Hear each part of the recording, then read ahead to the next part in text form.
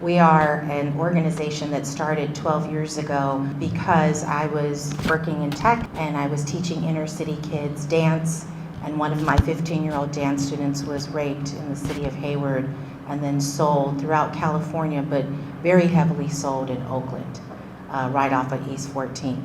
And this is when I had a rude awakening that this was happening to not somewhere over there, to children from another place, although it is also happening to people that are being brought from across the seas. But the majority of the cases are of US-born women, children, men, girls, and boys. And it is heartbreaking, not only sex trafficking, but labor trafficking. Any violation of someone's human rights to move as they move freely and to have the liberty to say no is an atrocity committed against all of us. And for me, it wasn't something I could look away from. And so I started Love Never Fails 12 years ago. And 12 years later, we have housed over 250 men, women, children, people throughout Alameda County in homes. We have 7 homes, and that is one of the resources that the District Attorney's Office will be providing, and that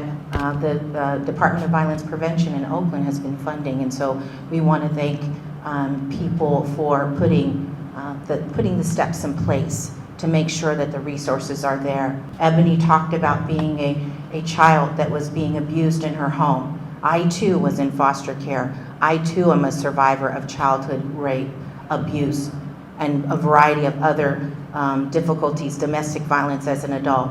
There is an incredible intersectionality between childhood abuse, domestic violence, and human trafficking, and gun violence, by the way.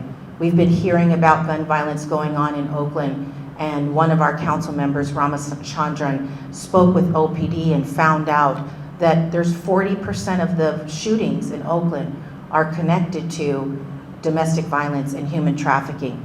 We need to get this narrative out. The intersectionality between gun violence, family violence, youth violence, and human trafficking and domestic violence is undeniable. It is time that we change the narrative and that we put the resources, as was mentioned earlier, the housing, the workforce development, the mental health services, the legal services.